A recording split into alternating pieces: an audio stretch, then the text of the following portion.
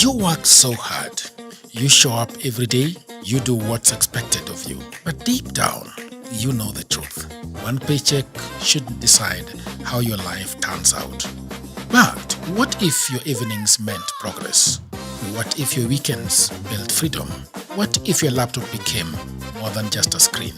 This isn't about quitting your job. It's about giving yourself options. While others scroll, you start building. Quietly, consistently, and on your own terms. No pressure, no guessing. Just a clear system you can run after work, before work, or whenever life gives you a turn. That's what Goldmine on hustlesafrica.com is for.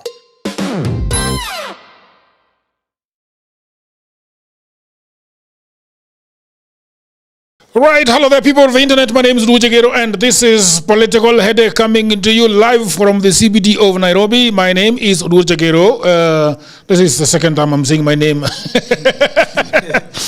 Yeah, let's talk to Odhiambo Otieno. Odhiambo Otieno is in the studio, our resident political commentator and strategist. A lot of things are going on in the city. First of all, I want to play for you some video coming from Kericho. If you can play that video from Kericho, that would help us a lot with knowing what is going on, Mr. Frankinson. Yeah.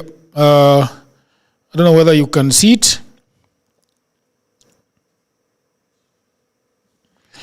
All right.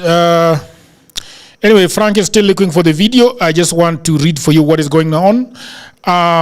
Police in Kericho County have discovered what they suspect is a mass grave within Kericho's Makaburini area. The shocking discovery was made on Sunday after two street boys who work on grave diggers in the public cemetery reported the matter at Kericho police station. According to a police statement, the two street boys, aged 23 years and 26 years, reported that on Thursday morning, a motor vehicle arrived in the cemetery with three occupants, right? So the street boys reported that the occupants of the vehicle then held lengthy discussions with the caretaker of the cemetery, whom they only identified as Zakil. On Friday morning around 6 a.m., the same three persons, including the driver, returned to the cemetery aboard a white Land Cruiser. The street boys claim that they were thereafter tasked with digging a mass grave wherein approximately 14 bodies, some mutilated and all in body bags, were dumped into a single grave. Now, following the report, the scene has since been visited by Kericho DCIO, scene of crime personnel, and police officers from Kericho police station. All right, do you have the video? Yeah, let's play the video.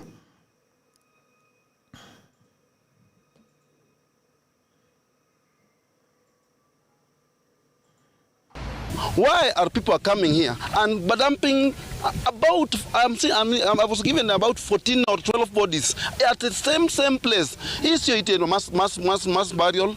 Mass burial tunaambiwaga kwamba kuna watu 14 ambao wako katika mochari wanafaa zikwe na watu wanajua na wanapatiwa notification na tujui. Kwa hivyo sisi tunataka tu ile barua ya kuonyesha kwamba hao watu walishikwa ni wakina nani. Hiyo ndio shida ya hao raia wote. Na tunataka itolewe leo. Na kama sio leo ni sasa hivi.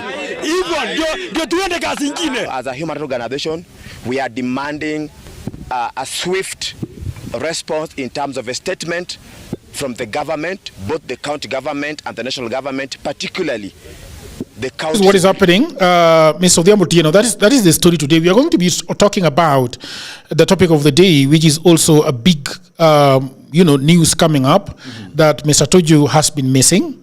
A lot of people are saying that he has been abducted or kidnapped. Mr. Odoyewede asked me a simple question: Do you say he has been? Why are you insisting on the word abduction and not kidnap, and not self-abduction and not self-kidnap? So those are the issues that we are having today. What do you think about this issue of what is going on?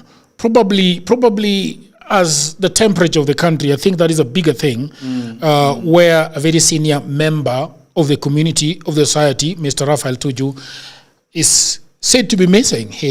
I did a bit of research online that I'm going to read about what exactly happened, the chronology of the disappearance and initial investigation. So that is there. But also people are being buried, to 14 of them in a This is actually saying, they are actually saying that these people are not coming from Kericho. They are not Kericho residents. That they are actually Kisii residents that have been buried in Kericho. And a Land Cruiser, Toyota Land Cruiser, white, ferried them. So I'm wondering what is going on. What do you think is going on? Is this a case of occultism going on? What is going on? What do you think is going on? Well, it could be from any point, but let me not be obnoxious and raise public anger by saying silly things here. Yeah. I think we must call out things for what they truly are. First of all, let's look at, I think first of all is sending condolences to the family of these people. We still don't know who they really are. It is only said that they come from Kisii, as you've said. But maybe the origin of the bodies was from Kisii, but these people don't come from Kisii. Nobody deserves to lose a loved one, whether they are criminals, whether they are wizards or witches, whether they are thieves. I always believe that we have a criminal justice system which is able to handle these things very, very well to their conclusion. I don't believe anybody needs to lose their lives. But that said, let's go to the most important question. There is the street boys, 2 street boys. There's a cemetery, a public cemetery, and there's a white Land Cruiser. Then there are body bags. Yeah. So let's start from there. Yeah. And then there's talking to the caretaker called Ezekiel.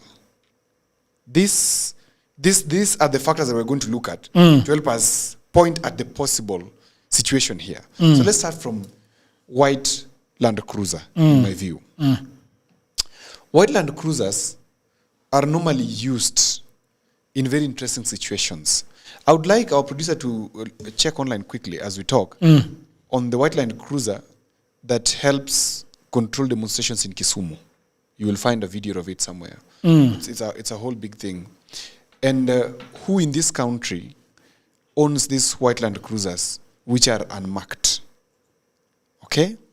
That's important. Let's have it and set it aside. Then 2, and I would like him to play that clip. When he finds it, we'll play. A clip in Kisumu. Yes, a clip of a white Land Cruiser in the streets of Kisumu that. How does he look for it? I can even check it as we will be talking and share with him. Number 2, caretaker of the cemetery.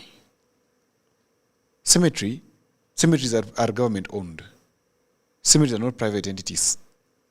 So if a cemetery is government owned, and somebody comes to talk to the caretaker of the cemetery, only 2 things. This is a very malicious person with the audacity of a psychopath who is talking to a manager of a cemetery, clearly giving instructions. Because Ezekiel has fled. Ezekiel is nowhere to be seen. Ezekiel is not at the cemetery anymore. His station of work is not there.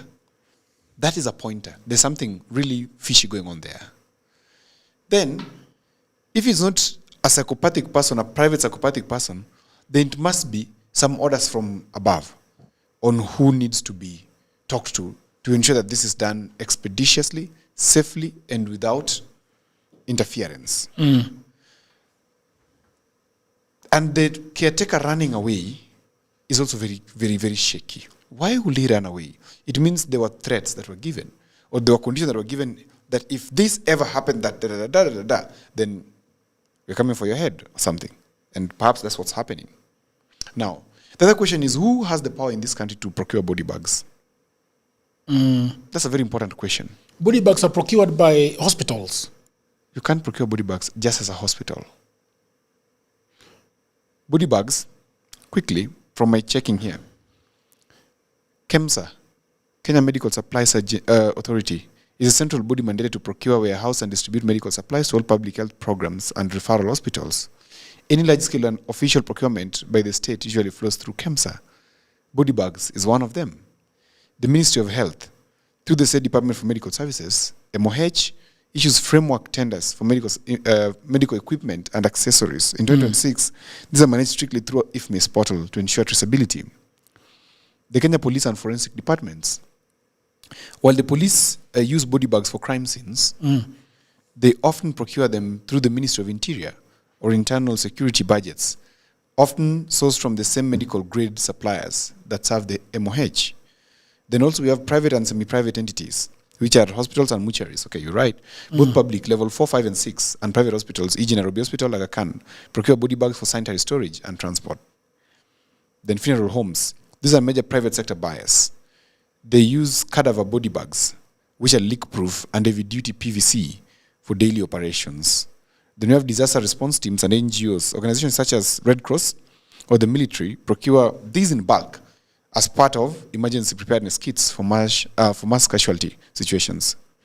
3, and lastly, we have commercial suppliers, the sources now. So for example, in Nairobi, specialized shops and medical suppliers sell these items. So one of the suppliers, I don't know if I should mention, I don't think I should mention, but there are 3 that I have here, who if you Google, just Google, you will see the commercial suppliers of body bags in Kenya. You will find them, they're there. So if these are the entities, it could come from a mortuary, it could come from a hospital, it could come from the police, it could come from the military, it could come from KEMSA.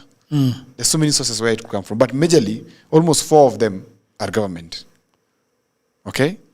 And who has the courage of buying body bags to go and dump bodies in? Okay? Well, so I think this thing smells really bad for me. But and it can. There are 3 things that has to happen. As forensic investigations move to start, investigation they always happen. They rarely go anywhere. Whatever the case that this is, it should. I pray from the deepest part of my heart. I pray that these people are not victims of enforced disappearances. But why would people be disappearing in 14 numbers? I mean, we had a rally in Kisii.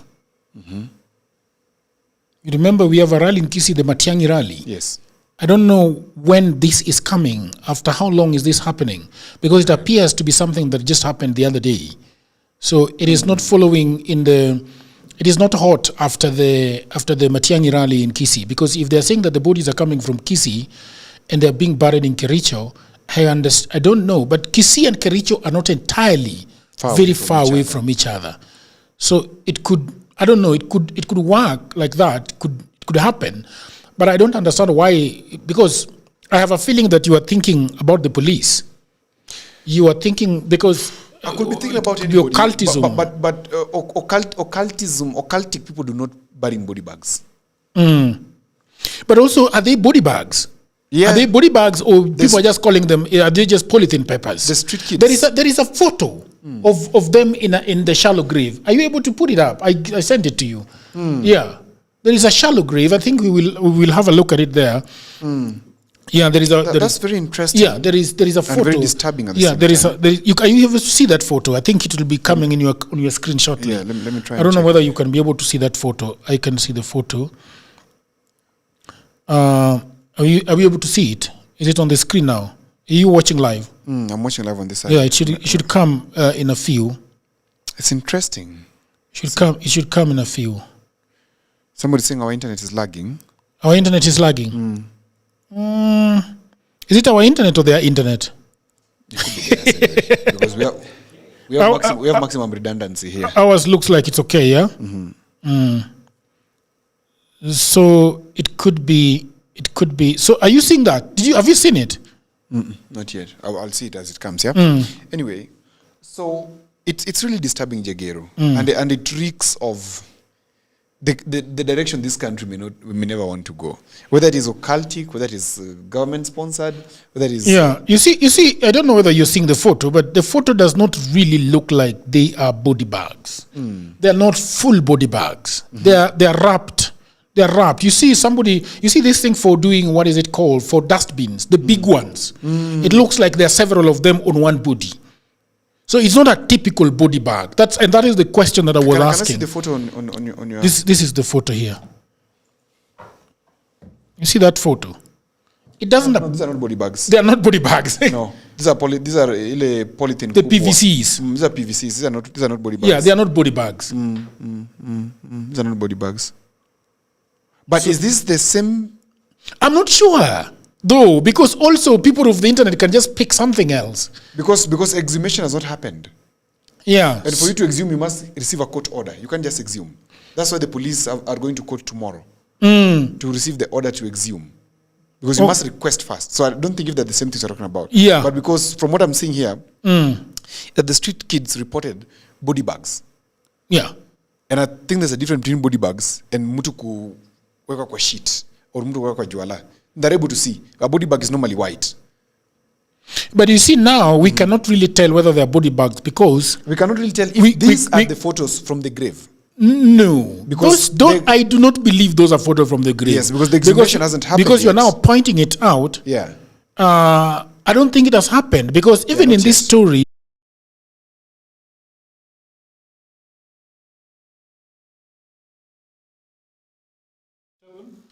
Let me see. Check. More. People of the internet, we are hoping that we are back. We are hoping that we are back. We are hoping that we are back. Please tell us that we are back.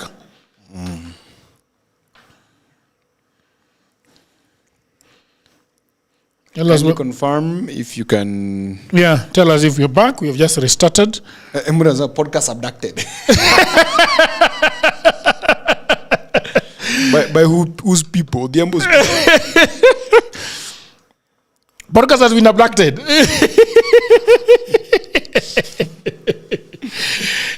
Can they confirm to us if we are back?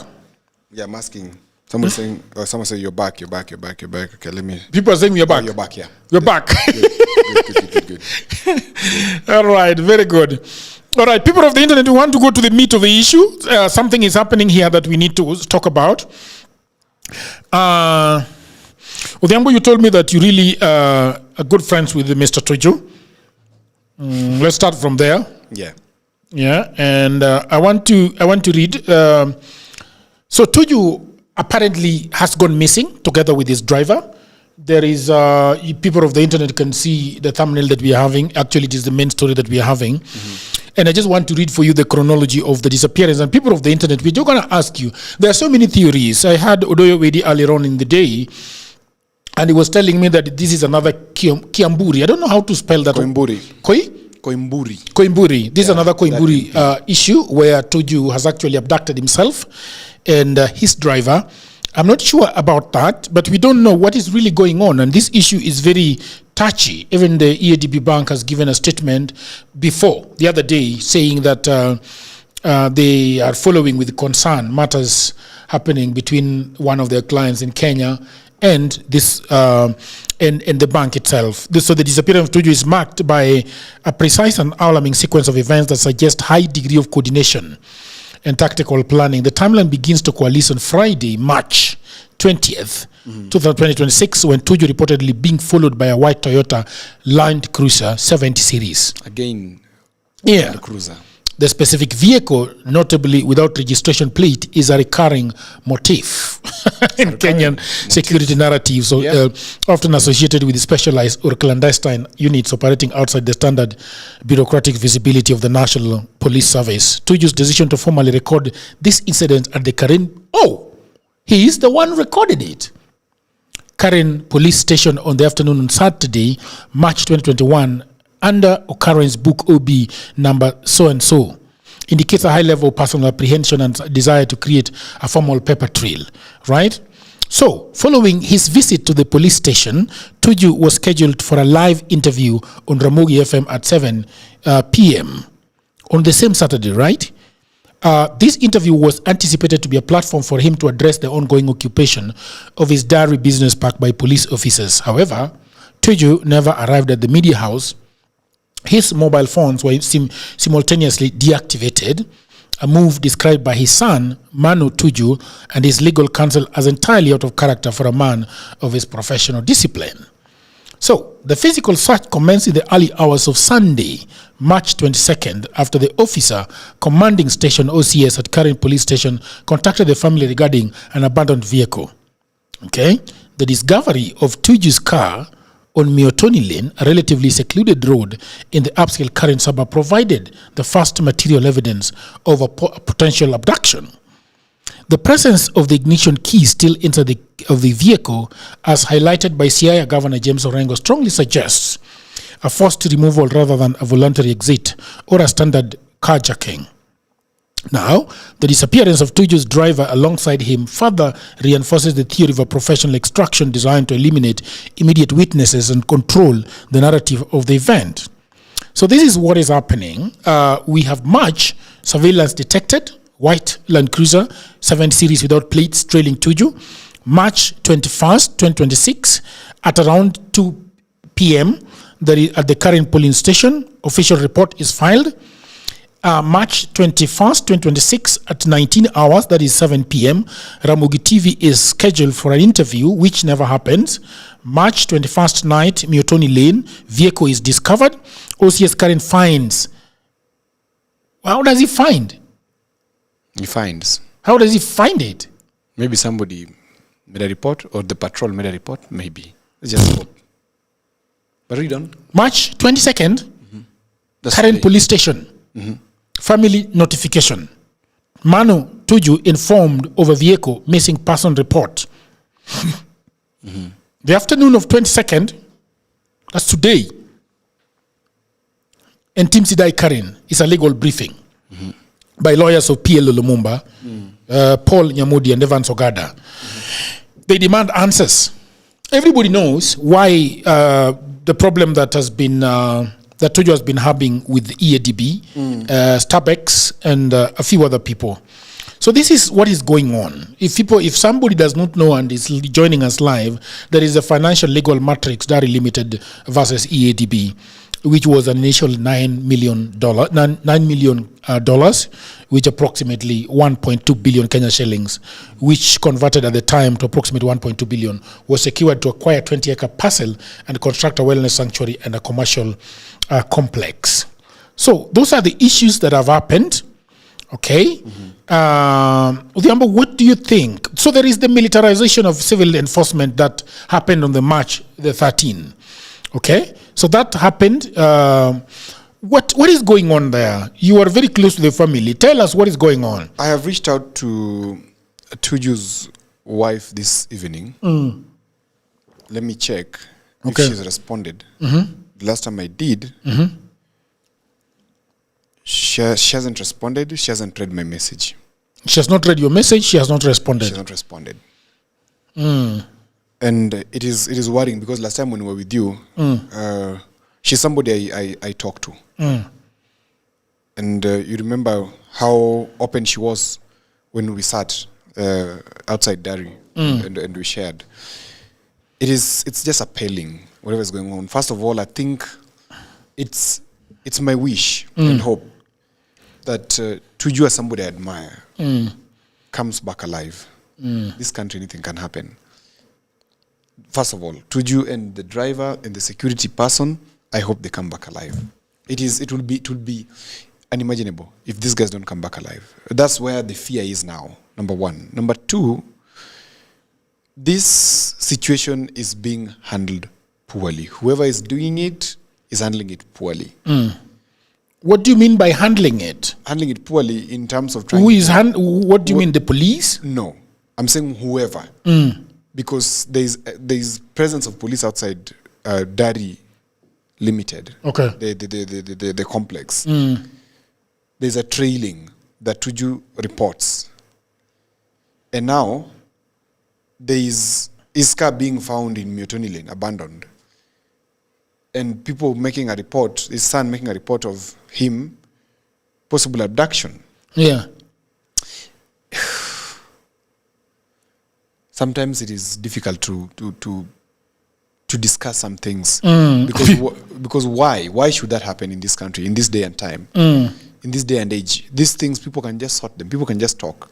We say in our mother tongue, people can just talk about stuff. I don't believe if it is necessary for that level of whoever did it. Is wrong. For me, I have a few things to say. Yeah. That if you look at the trail of this entire situation, if you pick it from when Tuju takes this loan, there is something that smells very poorly from the whole incident, from the time that Tuju takes the loan.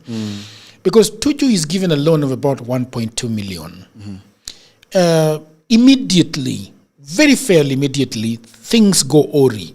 My camera, I think, is too overexposed. I think you guys should check it. I think that camera is not too overexposed. Should check it. So Tuju goes off. I mean, Tuju gets this loan, and immediately there is problem in Paradise. Yeah. What they had planned with EADB that would have become a very big project. Yeah. You know, starts to have a lot of infighting. I have a feeling that at this point, Tuju should have found a way to chicken out of this thing. But he also tried by asking KCB to take over the loan. Okay? But apparently EADB refused to sell this loan to KCB, which is also very, very worrying. Tuju is caught, therefore, between a rock and a hard place. He doesn't know what to do. And I think that there are financial advisors, and I think there are lawyers, especially commercial lawyers, that I should have reined in on Tuju at this time and told him that, look, this is not looking good for you. You need to find a way out of this thing before it becomes this messy. But Tuju dilly-dallies around this thing for such a long time, for 2 presidential terms. Tuju is trying to salvage this situation, and it's going. If you track this entire issue, the bank has no goodwill. You can see that they do not have any goodwill. They're not trying to help him out of this. Yeah, they are not trying to help him because I have not really done a lot of business with banks, but I am thinking that when it reaches a place, the bank is saying, okay, what is our exit plan? Because banks are not Shylocks and they're not thugs. Yeah. That is what we understand of banks. That they are not thugs, they are not Shylocks. And therefore they are not trying, their core business is not trying to get a 20-acre land. Because they can go buy it in Mukono in Uganda. You understand? So that is the problem that I'm having with this bank, that they are not trying to help Tuju to get out of this place. Yeah. Perhaps Tuju was also not getting the messaging from the bank and does not want to get out of this thing. And then this thing becomes pretty messy for them. Because if you listen to a lot of people, a lot of people are saying that Tuju has not paid a cent for 10 years.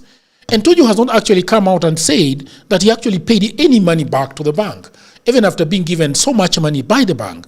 And I think that is very troublesome and concerning, for a business person. It is, absolutely. I agree with you. It is really, really concerning. That the merits of this case which are of concern, especially to the mannerism of both the bank and file.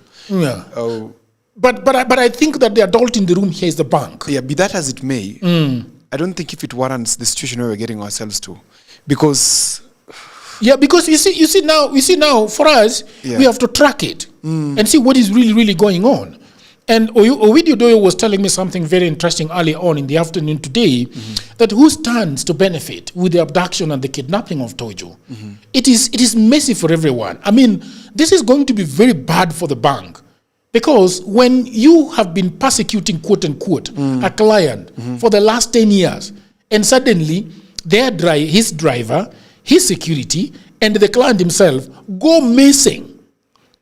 I mean, what does it say to people that are currently having a relationship with you? They are terrified. Let me be the devil's advocate here for a minute and say, let's say that the person who has abducted Tuju is not the government and is not the bank. He's somebody who has just something to square with Tuju privately. Okay, because when you're an adult, people will have a lot of things to square with you. You must have, in your way rising above, some people must have complained here and there. And let's say that somebody takes Tuju and does anything silly to him and his two assistants. It boomerangs on everybody. It boomerangs on the government, it boomerangs on the bank, it boomerangs on basically everybody who is given the power to check this thing.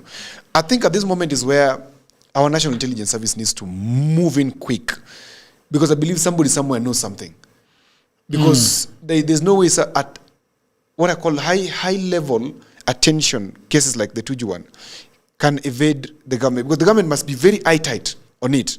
Because now this is what I call priority persons in the country. Just like, for example, you're trapped in an embassy or on a shopping mall. Like sorry to give this example, when we had the attack at Westgate and the other one at Dusit 2. in those malls, both malls, there were priority people in them. Priority people could be the daughters of ambassadors. They could be ambassadors themselves. They could be CIA operatives. They could be, you name it. They could be the daughter of the president or a minister's son or a minister himself from other countries. Like remember there could be journalists. Like remember in Westgate, there was Ruhela Datia, who was hosting a cooking show for the children on the topmost floor of Westgate. And it was quite, she was one of those. Also a very renowned Ghanaian. Yes, there was, I think so. I'm trying to recall who this Ghanaian. There's also a white man there who I think was from the intelligence community. So those ones become automatically high priority people who then need to be secured. So at any cost, these guys have to be secured. I think the level that Tuju had raised these questions, if we were in a state that is prioritizing cases properly, in my view, if I were, for example, the IG of police, I would grant Tuju policemen immediately. Even if it was the government that had issues with Tuju, I would still grant him policemen just to ensure that nothing silly happens to him. There is also a very serious angle to this issue. Yeah. And this again has been brought up by Odoyo early in the afternoon as I was talking with him, Honorable Odoyo Wedi, and he's saying that the operations of the third force, Yeah. that is Matiangi, that is this gentleman called Edwin Sifuna, Babu Owino, and all the other things that are happening right now. Odoyo claims that Tuju is actually the brains behind the organization of this entire thing. And so if that is true, then that puts him very close to the people that are in government. And it makes... Just say that, what you've said again.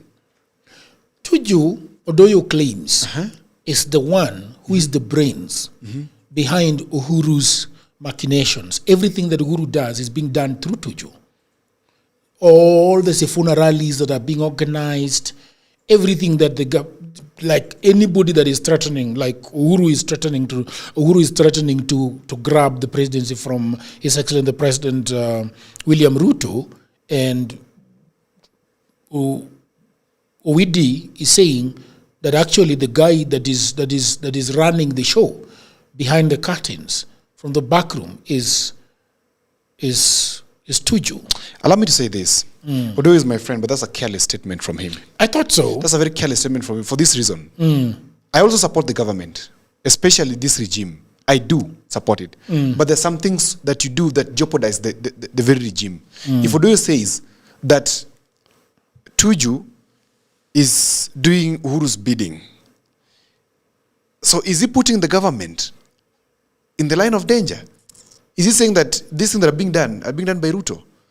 You know, that's what he's saying, because I want to believe at this moment. It's wrong to politicize this. He did not say, yeah.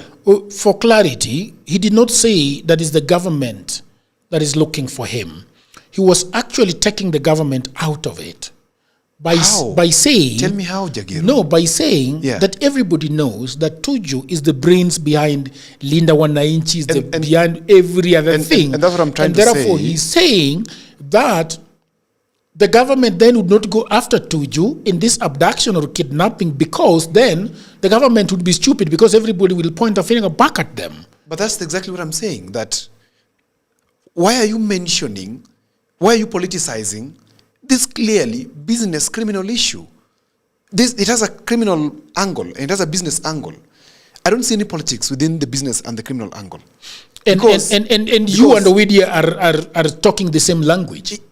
I'm not finding Owidi is saying something which I'm disagreeing with. And what I'm disagreeing with is him politicizing a business question.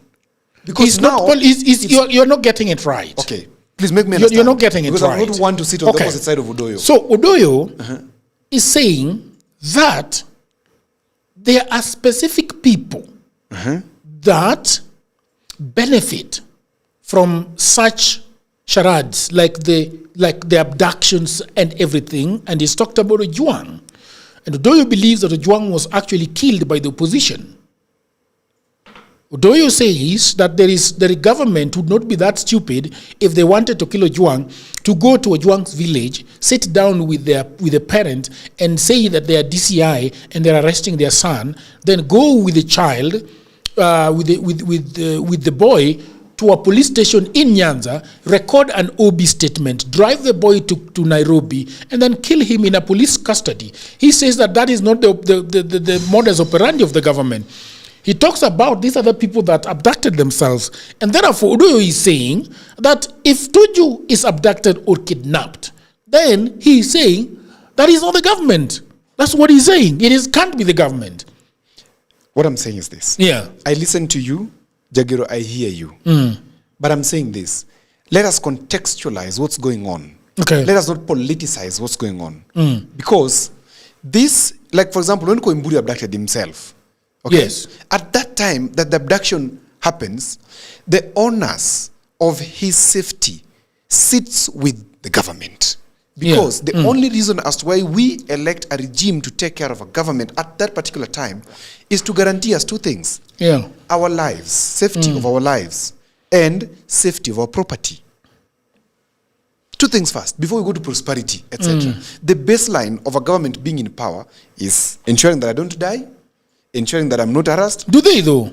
That is what and can I tell you? Is that really you can call any police officer you have on your phone and ask them what do they fear most in terms of having whatever in custody, a suspect in custody. It is this person dying in the cell.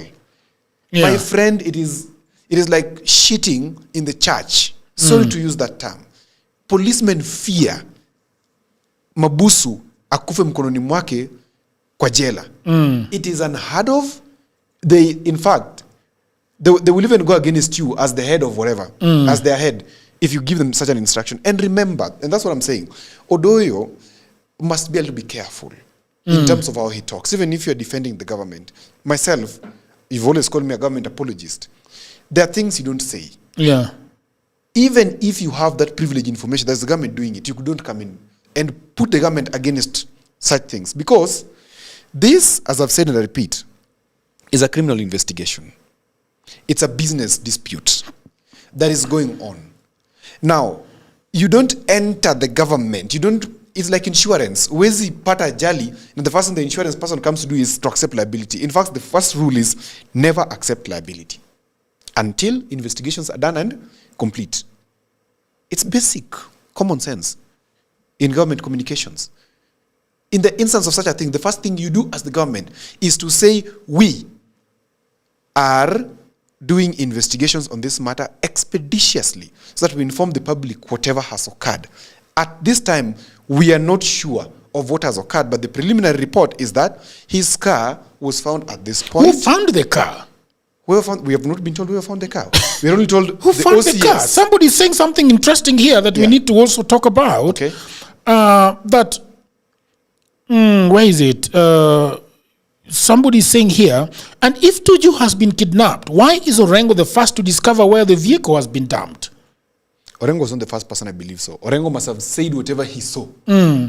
Because Tuju's son was informed that his father's car was found along Mutoni Lane with the key inside it. Sindio?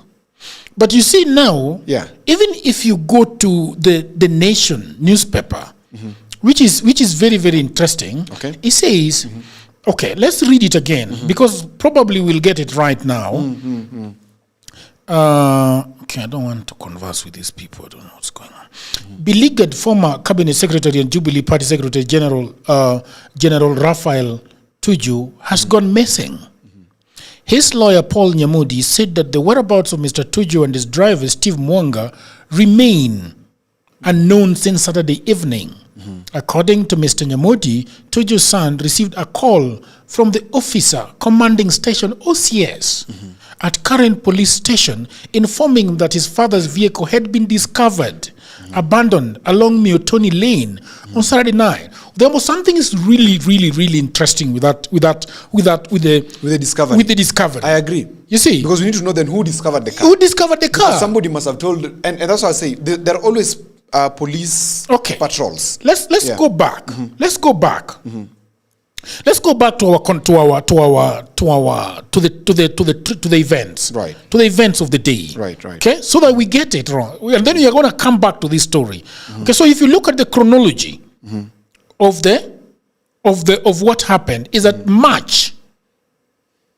So Tuju is scheduled to appear on Ramogi FM, 19 hours. That is 7 p.m. Tuju fails to appear. Phones are switched off.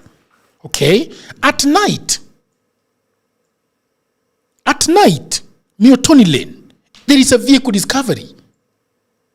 I mean, Odhiambo, how many times have you walked along and saw a vehicle? Do you immediately report it? I don't even bother. Do you report it? No. So how did this happen? Okay. So it is discovered by we don't know who. We don't know who, yeah. Okay? At 8 a.m. I mean, people could park their cars and go and have sex in the forest, for crying out loud. And they will come back to their car when mosquitoes become too many. So we shouldn't be bothering with cars. If it was an accident, a ram into a tree, you report. Yeah, you'd report. Okay? It's a skid. It has fallen. It has gone into the forest in a funny way. You record. It is there. Ignition is still running. How do you even go peep? So this is very interesting, okay? So now, at 8 a.m., and I don't know the Kenyan law, how Kenyan law actually, because in America, you cannot report a missing person before some sort of a duration lapses. You know? Normally 24 hours is sufficient. Actually, it's more, I think, in the United States. It is usually more. Okay. Can you just quickly check? You'll see. Let me just check. Just check. You'll see that it takes a very long time. In fact, if you go to what you can do in the United States is to do a safety check. What they call it a safety check or something. There's a safety check or something. There is a wording for it. People of the internet will tell us what it's called in the United States. Yeah. But it's called a safe. If, for example, you have been calling your mother. Yes. In the house. And you're not finding her. Yes. You can call the police. So that they go and check for you if you are far away. Yes. The police can go and do it is actually 24 or 48 hours to report a missing person in the USA. Yeah, 24. This is not 24 hours yet, you see. I don't know what Kenyan law might be, or Kinorengo did not think about it when they were making the 2010 constitution. Because they're saying the first 24 hours are the most critical in terms to help you recover or to help you get back this person, because they could be crossing the border of Mexico. Yeah, but also depends on I think it also depends on the strength of, on the gravity of the situation. Yeah, the preliminary. Yeah, because if somebody was coming to visit you, for example, they left the airport that they are coming to you and they have not showed up, so that could be problematic. Okay. Yeah. So let's to look at it. 8 a.m. there is a notification. Yes. Okay. And then afternoon and Tim Sidai. Yes. There is a legal briefing. You see, so if we go back to this to the Saturday Nation copy, it's very interesting. The timings are very short. Zimeshikana hivi. Back to back. Zimeshikana hivi. You see, and how do they know? How does the family know that they were with the driver? Does Tuju drive alone? Rarely. I've only seen him with this driver and of course his security person. You know to use a former CS. The other thing that I want to ask also is, right. So I imagine that once the police station notifies the family, Manu Tuju, of the disappearance of the dad, I imagine that Manu then calls the driver and the security guy. Maybe he calls first, because those are the people he expects to be with the father. This thing is just bad. It's just bad. Like, no. It's just bad. And you see, Jagero, what ought to happen here very fast? Before you say that, Mr. Kuria is saying something here, that Miotoni in Karen, Jagero, the best part of Karen, ask who is there Even parking there, you will get some cops asking, what are you doing? Okay. There are always those security guys. Yeah, it's called wellness check. Yes, there is a guy who has already said called wellness check. All right, okay. Well, welfare. Somebody saying welfare check. I think it is I think it is welfare check. It's not wellness check. Welfare check. So the DG had a case against Ojwang. Introduced the police to arrest him. The police transported him to Nairobi. Where does opposition come in? Apply logic in your podcast.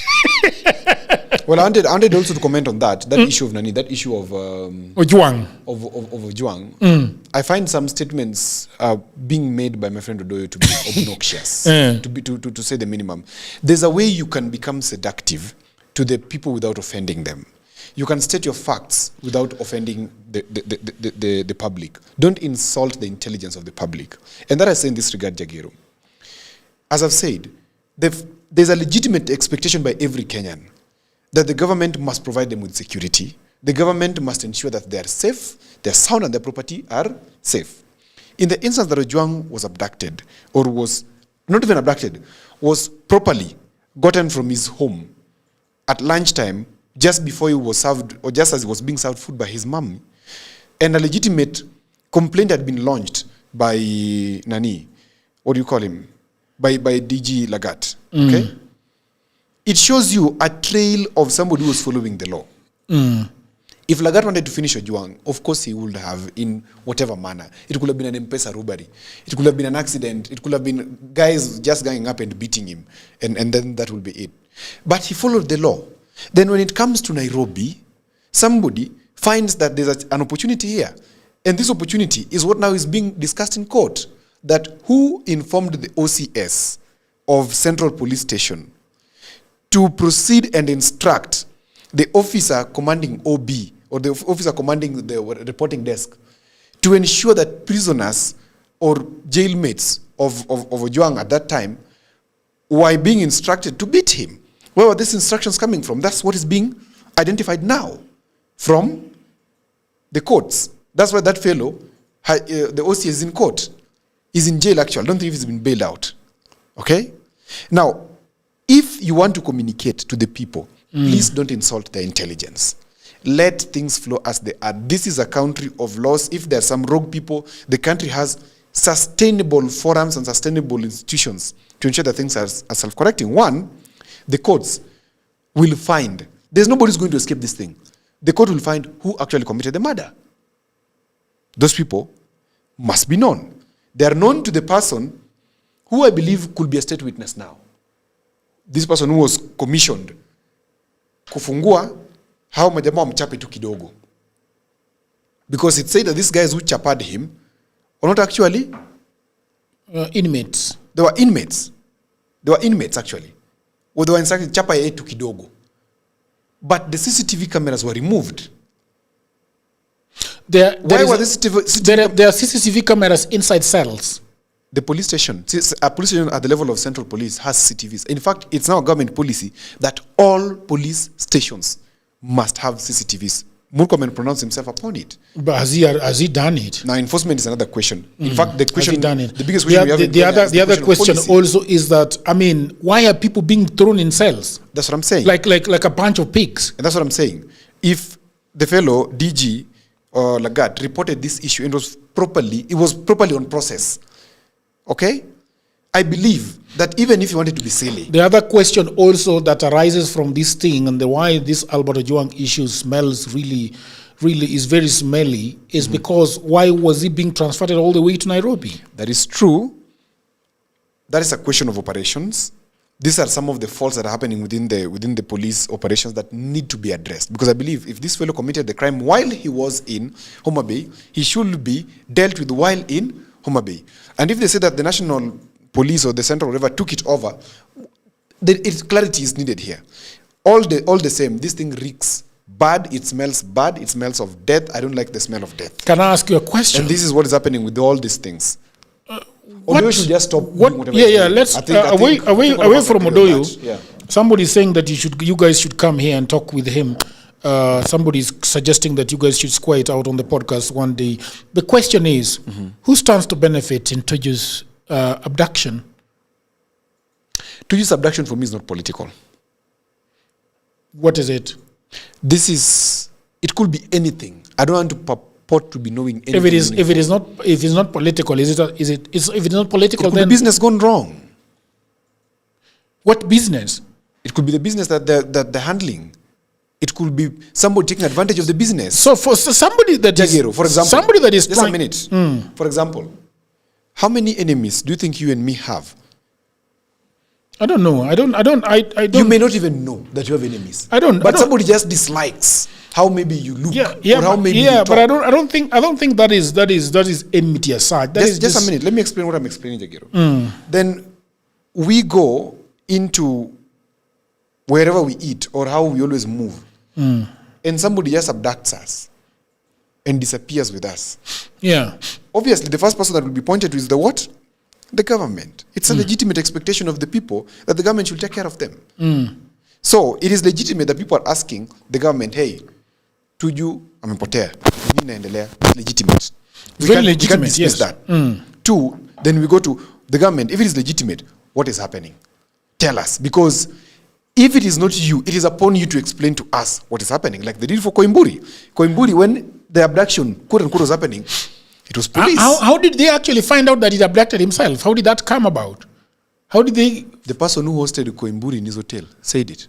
Said it to the police? Yes, he said this guy came and slept here. No. Yes. He volunteered the information, or the police was tracking him? If the person who hosted Koimburi is the one who said, but Koimburi alala hapa na alikuwa na mwanamke mwingine. Alala na mwanamke? That's what it is there in the public domain. No, can you contextualize this thing properly? The police started the investigation. Of course, immediately, because police say it is not us who are doing this abduction. Something I love about this IG Kanja, even when the messes of abductions were going on, remember him saying, and me always like reading in between the lines. Okay. IG Kanja said, this abduction is going on, it's not the police. It's not us. Many people have dismissed him. But later on we realized, actually, it was not within his operational mandate. This thing was being done from another center of power. It was not him. As would be expected. As would be expected. Yeah. But who do we push? I don't think abductions can run through the police command like that. Exactly. Yeah. Because there are people in the police command who are also human beings who are pastors. Yeah. Who are also just people who have children. They will say, nope, not happening. Unlawful order, not happening. People have refused unlawful orders. Because they also know that when Yes. you are caught with your pants down, it is you. It is you. It is not the police. Hautakuwa unasema ati mimi nilipigiwa Mkubwa simu. aliniambia. Like even that OCS guy. Si aliambia huyu jamaa ati mkubwa amesema apangwe kidogo. Na kusema ni mkubwa gani amesema apangwe kidogo. Hakusema sasa hizi lazima aseme. Huko penye ameenda huko kwa cell huko kwa court. Lazima aseme ni nani alimwambia. It is you and you alone. So, it is legitimate expectation that police, because people can't differentiate, by the way, the police, the NIS, DCI, whoever you name it. People can't really differentiate who is who. They're like, all of them are Ogul Mama. Yeah. Ukwechkich. Somebody's asking me. How do you say on the internet? Why are you asking if they want to contextualize cheating in a hotel?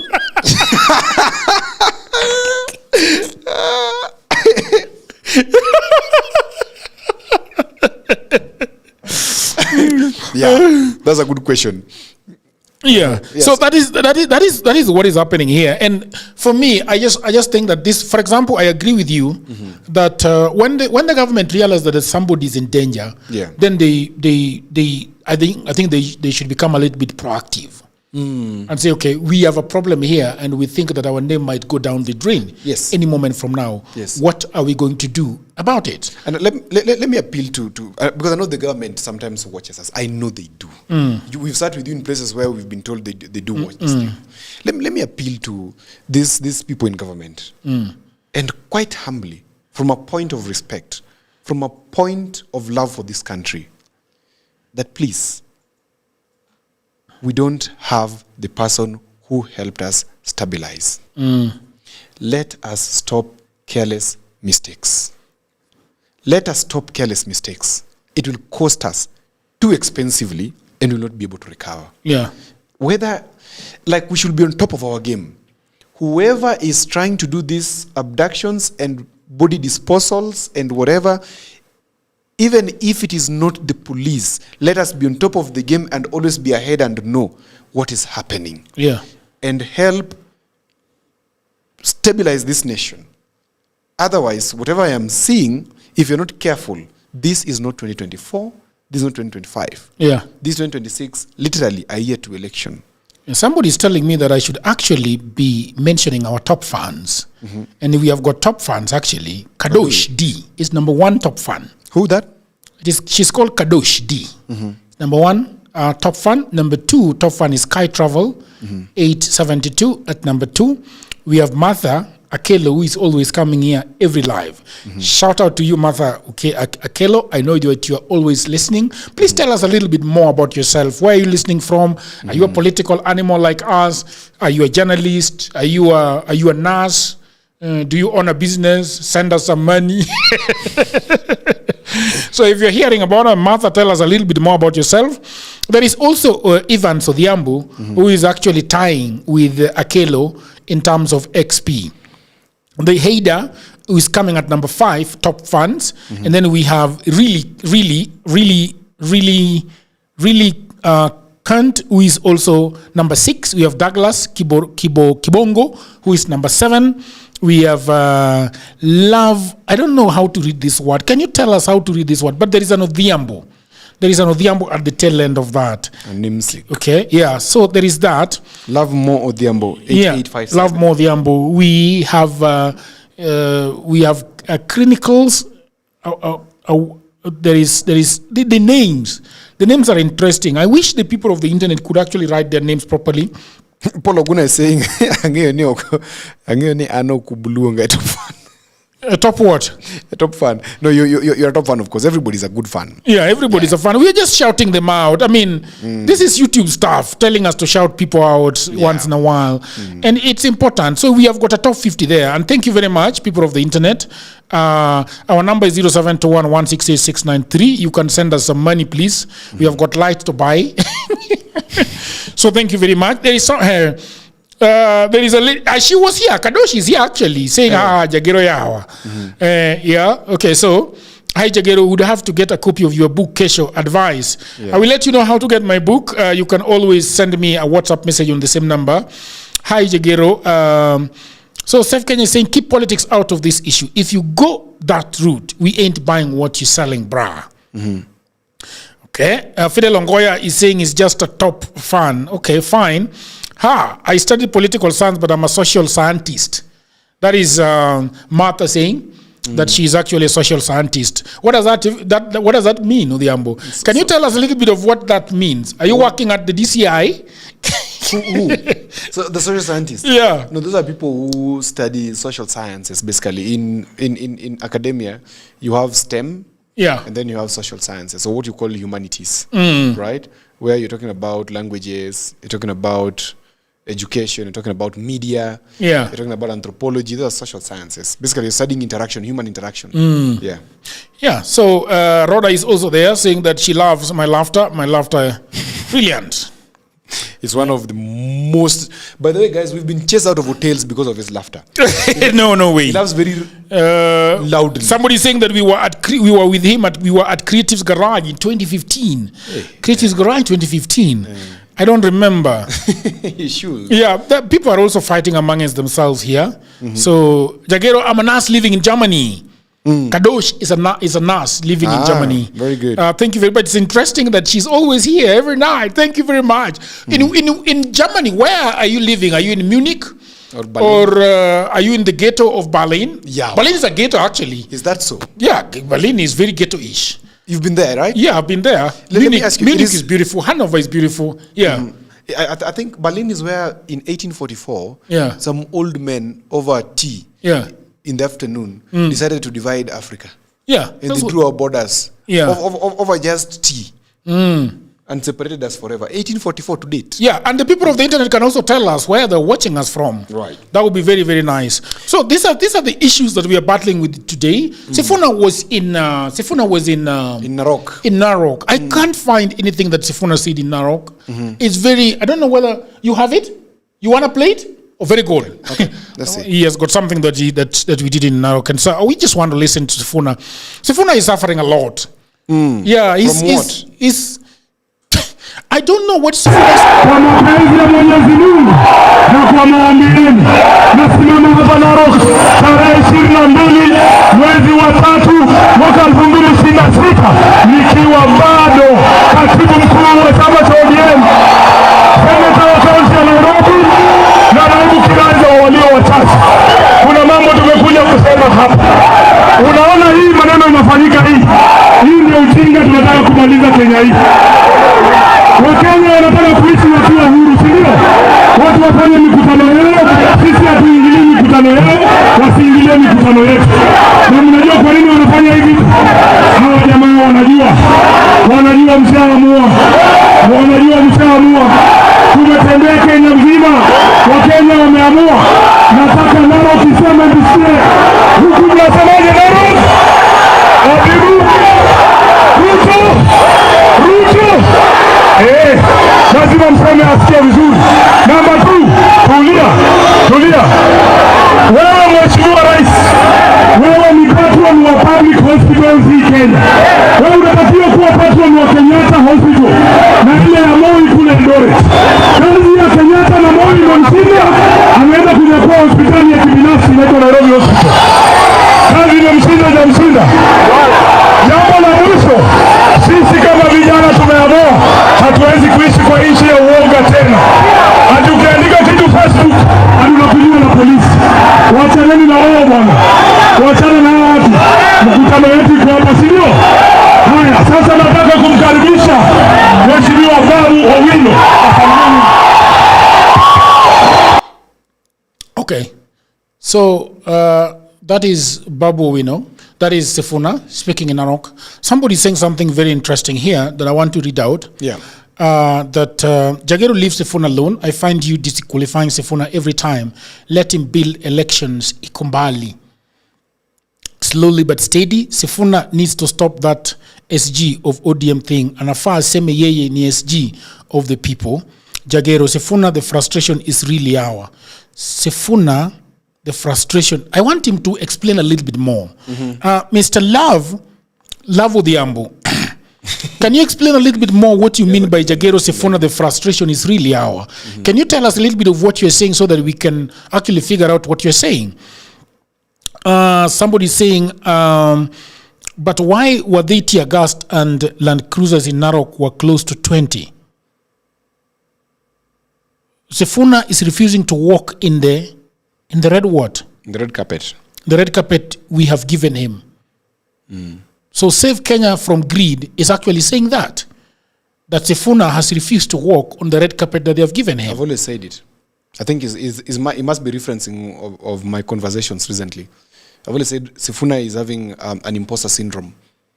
Because, like, from that message very quickly, my quick analysis, 22nd of March. Yes. 2026. Kwa neema ya Mwenyezi Mungu, bado mimi ni SG wa chama cha ODM. He has no space in ODM. That's the fact. This denial stage, you see, in the grief process, yeah, there's always the denial, then there's always anger, then there's always therefore. I'm forgetting about the remaining two. Sifuna is taking too long in the denial stage. If you want to heal fast, the first thing we always do is accept. He needs to accept very fast that he is out of ODM. The idea does that. People of the internet, do you think that Sifuna is out of ODM or Sifuna is still in ODM? I want people to tell us what they think. Do you think that Sifuna is actually in ODM or out of ODM? Yes. Yeah. Go ahead with your answer. So being that he's out of ODM, the people are rolling him a red carpet. And the red carpet, Jagero, like you and me who grew up in the slums, who have suffered in the slums, normally we see the red carpet and we're afraid of it. I'm happy that for you, your studio has a red carpet. I've rolled it out for myself. You've rolled it out for yourself. You've accepted that you are deserving of a red carpet. Yeah. And red carpet here, I use it as a symbolism that the red carpet is always rolled out for VIPs. And Sifuna is refusing to walk on the red carpet. He's still identifying as a person within ODM. That's what I'm saying. Sifuna, get out of ODM. You're not a person in ODM now. at your level, start identifying as a force out of ODM that is going to face President Ruto in 2027. There's nothing wrong with it. Whether you succeed or not succeed is another question. The thing is, get out of ODM. I have the best wishes for him. That if he gets out of ODM, he's going to form a formidable force, because even if, as a supporter of President Ruto, I look at this opposition that we have of Gachagua and Kalonzo and who, there is no hope there. These are people who have lived their lives. These are civil servants who have served. They've served as politicians. They have their property. These are guys who are done. They should go home and play with their grandchildren. If the country must move on from President Ruto, then let them move on from President Ruto to somebody like Sifuna, on the minimum for me. But not this other team. So Sifuna refusing to shift hurts very much. And listening to him, and Abi should know, Abi should talk to Sifuna. He's getting it wrong with this messaging thing. As a communication person who has the best wishes for him, he needs to step out of ODM and say, hey, you've rolled me the red carpet, I'm taking it as the people's SG. If this SG thing is so important to him, because Jagero, I always say there's something, I think I talked to you about it before, the concept of summits. You know how a summit looks like? A summit is the highest point of a mountain. But one mountain can have several summits. Now, there are people that when they hit the first summit in life, they stall. For example, when you're in class 8, that was your first summit perhaps. Or when you are in number 1 in class 2, it's a summit because it's a very high point of your life. But it's a very small summit in the largeness of life. Then when you go to class 8, you imagine you're the biggest person. You're the best thing that has ever happened in your family. And then you get your 300 and something, or you get your 400. You believe that it is so, you're the best. Then you go to Form 1, you realize, I'm a mono in Form 1. In fact, your head can be pushed around. But in class 8, you're the highest. Now, when you reach Form 4, you do your KCSE, you realize, okay, this is another summit. You don't see further than that. You realize you're going to university. Again, another summit. Life, you marry, another summit. You get your podcast studio going on, another summit. You buy your first car, another. So you should not always stall at the summits. They're just summits. Move to the next. That's what I'm telling Sifuna. SG was a summit. And if he zooms out and possibly looks at life that lies ahead of him, it is too huge than SG. He needs to pivot very fast past that SG summit and say, I am a candidate of the people. Who is going for the presidency? People love bold people. I'm going for the presidency. Come out strong and position as such. People in ODM are not regarding you as anything. Yeah, and I want to read, because I think that, Odhiambo, for the last 16 years, people might ignore and say that I don't know anything about communication. But I've been doing communication for the last 16 years. And doing big branding. There is a way you communicate with people. People want to listen and say that this person said this and this when he was at this place. But when people in Narok brave the rains, brave whatever they are calling, because they are also talking about tear gas. It was very messy, it was very wet, it was very muddy in Narok. And they come and go on top of trees, and embed themselves on the bridges. And all they can hear you say is that I am still the SG of ODM. And in their head is like, is this really what we came out of the house to come and listen to? And if you look at the Narok thing, it is, you cannot compare it to Kakamega. You cannot compare it to Kitengela. It was more enthusiastic. It was very enthusiastic. And you can even hear the way Sifuna is shouting himself hoarse. He's not even measuring his breath. He's not living. He's not even letting what he's communicating land. And like Raila used to do it. Yes, and it usually does that when you have nothing to land. He has nothing to land. I always say, when you go to church, especially these churches where people shout, I call them the Pentecostal churches. There's some pastors who need to come to my school of public speaking. They shout to the extent that when you leave the church, you can't remember what the pastor was preaching. But remember his energy. You see? And the other also problem that I'm having with Sifuna and team is that they seem to think that their only messaging platform is actually at these rallies. It should not be the case. Ruto is signing anything at State House, he is live. You know? True. Very true. You don't even see Babu and Sifuna coming together just by themselves and talking about Kenya. It would be very interesting to see Babu and Sifuna on a podcast owned by themselves, just talking about their dreams for this country. For the country. Their plan for this country. You see, but all these things it's just crazy. But let me read what the people of the internet are saying. So because I said that this is going to be for the people of the internet. And I think going forward, we want to be discussing these things with Kenyans and reading all the comments that Kenyans are saying. Sifuna is coming very irrelevant because he's not selling anything to his people. That is Faith Kalundu saying that. Okay, Save Kenya from Greedy saying, yes, referencing Odhiambo, really good conversation with Spice FM. I agree with Odhiambo 100%. Jagero, why can't you, okay, that one is about Sifuna. Sifuna, we are done. Sifuna is both in and out. That is Martha Akelo saying. What does that mean? Both in and out. What does that mean? He's at a crossroad. He's like the hyena who is at a crossroad and hearing the aroma of food and is like, is it left or right? I don't really call him a hyena. I would refer to him as a merchant or a sojourner who is at a crossroad. Njia panda. You're like, this identity is so huge for me, but you can't, my partner tells me this all the time, Jagero. You can't be loyal to bad ideas. ODM is a bad idea, as it is now for Sifuna. It can't serve Sifuna at the level it served him. You must grow past that bad idea. And there's this other route, which is very unsure, very new, but there's a whole poet wrote about the path not taken. And that is the path that Sifuna needs to do. Because in the path not taken, there's less friction. There's easy rise. And even if there are thorns or foraging that you have to do, there's a lot of opportunity to go through that route.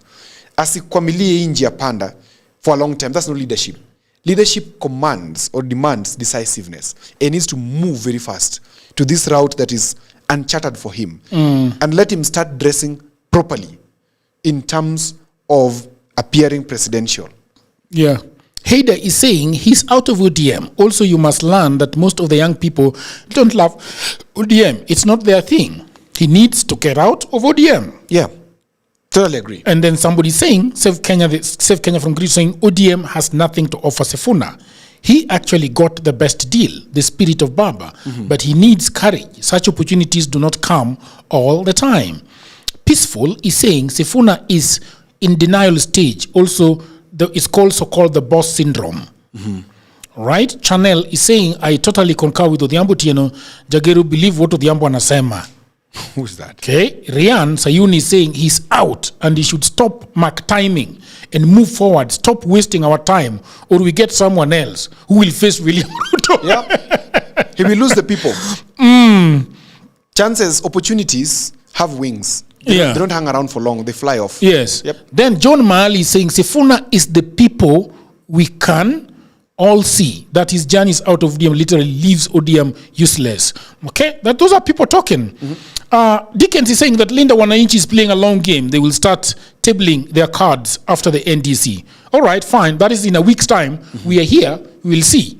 Okay, I agree. Jerry is saying, I agree Sifuna is out of ODM. You guys don't focus too much on the SG of ODM. I have a feeling he plans to unveil his now role on 27th at the Nairobi rally.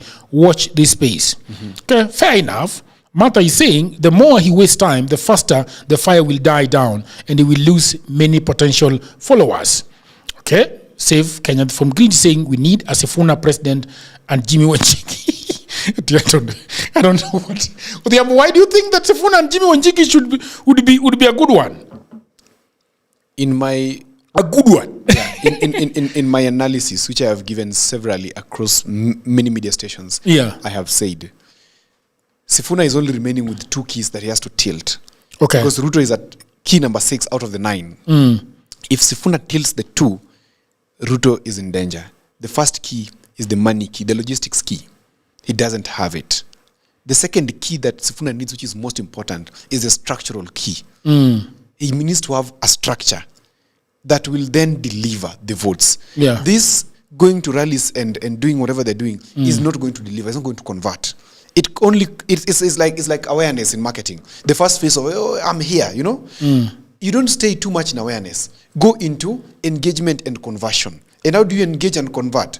You engage and convert by ensuring that the people who believe in your story, the people who believe in the cause, are now volunteering to recruit more people. So you have many ambassadors, okay? And I believe that was, maybe, I don't know, maybe. I don't know what's going on with Sifuna, but I agree with the quite number of viewers, because we've said it before, that 27th of March is the Shungwaya of Kenyan politics, especially the ODM politics. How I wish that Sifuna, as the SG of ODM, as is saying, should go to Jamhuri on that day. But I'm glad they've decided to go another place and do their own different rally, which I suspect will not happen. What will not happen? That rally. Yeah, it will be cut short by the It government. will be cut short by the government, by the police. And as I've said, this thing of cutting short rallies is not good. We are a democracy. These people are not doing any offense. I mean, we are just talking. We're just trying to beat ourselves different ideologies on how we can improve. We should not fight each other. We can fight with our mouths, but let us not go violent, because we may not recover. We may not recover Jagero. These things we're saying lightly may someday have some impact. But you see now, what do you think about them having a people's NDC? Because there is nothing like that. If Sifuna followed Baba's cue, there's and I always say the winning formula is never changed. Maintain the winning formula. If you go to the rally of, and I've always said, if you go to the rally of Narok, yes, don't speak much. Allow the people to speak. Wewe ka. Sikiza watu wakiongea. Ni wananchi, sauti ya wananchi. Yes. Ukienda Kakamega, don't talk much. Let the people talk. Yeah. What are politicians telling people? No. Well, at this moment, go around collecting the view of the people in the full glare of the media. What the people are saying. Mwananchi wa kawaida. Because clearly, we have established, Sifuna is not saying anything meaningful at these rallies. He's talking about, yes, kuna hospitali, kuna issue Nairobi hospital. Yes, kuna issues of corruption. Of course, we know all these things. What you should tell us is what's the plan on dealing with these issues. And if you cannot tell us, then let the people tell you what is their concern. For me, yeah, I feel is missing. For me, somebody told me here, and I don't remember who it was. I think it was Adrian or somebody else. But somebody told me the Tuju was in full gear. Yeah. 2.5 years to election. Yes. Full gear. Everybody knew what he was doing, yes, what he was for. I wonder whether, this thing is going to happen. But I think we need to stop it here. Right. We have done it well. I was answering just before we finish. I was answering that question that you asked. Could Sifuna and Wanjigi make a very good partnership? Yes, very good, because Wanjigi will easily turn for Sifuna the logistics key. You need money for campaign, Jagero. Sifuna doesn't have it. His sound is bad. Clearly, you can see there are no staff who can help him in proper messaging. Those people are paid monies to help you message or plan messaging. There's no pre-rally. A lot of people also say that Sifuna is very obnoxious. What do you does mean? not listen to people. Those are some skills that he needs to work on. And because every other day I meet anybody talking to me and telling me about Sifuna, there is this running. I mean, somebody might say that's propaganda, but he's also showing on his rallies that doesn't listen to people. That he does not even. How is he going to have his meetings if he does not listen to people? Like somebody might have told him that they're really doing really badly. Babu himself is not listening. He's creating, imagery on the internet that are completely unprecedented. Yeah, very unprecedented. I agree. Very. You know the beauty with me. I don't. Completely unprecedented. Completely unprecedented. Completely. There's a lot of unprecedentalness in what they're doing. But I told Babu. Now let me say it here anyway. I told Babu, the thing that you must do immediately, you guys have a proper plan on what you want to tell the people. Don't only do it in rallies. Raila used to do it at Capitol Hill. There's so many things going on in government. There's so many things you can tell us about the plan into the future. Talk to professionals who will give you credibility. And these professionals are like these professors. They're like these economists. They're like, talk to them. People who are courageous enough, who can give a suggestion on how the world is going to move. Go to what I call in the town halls, like what we're doing with you. Hold town halls. Talk to the youth. Talk to us. Talk to our mama. Talk to them. Listen to what they're saying. Then, most importantly, form a shadow cabinet. If form a shadow cabinet, it's not only you is going to speak. You're going to have so many other people who are going to speak. And populate the shadow cabinet with the younger generation so that it appears like you have younger people. If you look at Botswana, the Minister for Sports and Youth Affairs is a young girl. She's roughly 25 years in Botswana. We can have such a thing here. If you look at the president of Botswana, bado akona kati kwa kichwa hivi. Ile vinatoka tunanyoa kama watoto. Akona kati hivi. Indicating that is a very young man at heart. Yeah. Babu, form a shadow cabinet. Let the shadow cabinet be speaking about issues. Let the shadow cabinet help you in the campaign. Shadow cabinet ingine itembee huko Mombasa, ingine iko huko Turkana, ingine iko wapi. I told him all these things as a friend. Somebody is asking me, Jagero, you are expecting Sifuna to start conveying his manifesto now. Why not? Why not? Why not? The earlier the better. Why not? And let me tell you something about strategy, Jagero. Even those who follow you, they follow something that is obvious. Yeah. You must make it as obvious as possible, that is doable. People will believe it faster. Yeah. But if you want to hide, what you are wasting is not people's time. It's your time. Yeah, because exactly. if somebody strong emerges today, or if Babu decides to split from Sifuna today. Well, we will talk about that because Just we have saying. got serious intels about that. Just saying. All right, people of the internet, it is always an honor for you guys to leave whatever you're doing and gather around this fireplace that we have created called Political Headache and talk about this issue. Now, there is something I think, Odhiambo, we should introduce. Yes. My WhatsApp number is 0721-168693. You can actually send me a voice note of what you think about our politics. Okay? We can start playing it. We can start playing them. If we find it, we can play those things. You can just send me a voice note and we can play it. But thank you very much. Please spread the word. Tell everybody about Political Headache. Tell them that this is where we break the big chunks into smaller pieces, what Odhiambo is calling smurfing. If you are watching us and you're not subscribed, please do subscribe. Hit on that notification bell so that when we have got a beautiful show like this coming up, you will be notified. We are always going live. We are going live at 7:30 every evening. We are planning to go live in the morning. We do not have the structure to do that yet because, Sifuna needs money. We need money. People on the internet, follow us on social media. Everywhere you get your social media dose. Everybody needs some money. And until money. another episode, bye for now. You work so hard. You show up every day. You do what's expected of you. But deep down, you know the truth. One paycheck shouldn't decide how your life turns out.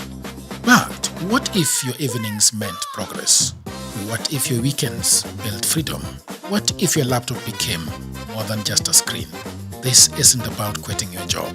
It's about giving yourself options. While others scroll, you start building. Quietly, consistently, and on your own terms. No pressure, no guessing. Just a clear system you can run after work, before work, or whenever life gives you a turn. That's what Goldmine on hustlesafrica.com is for.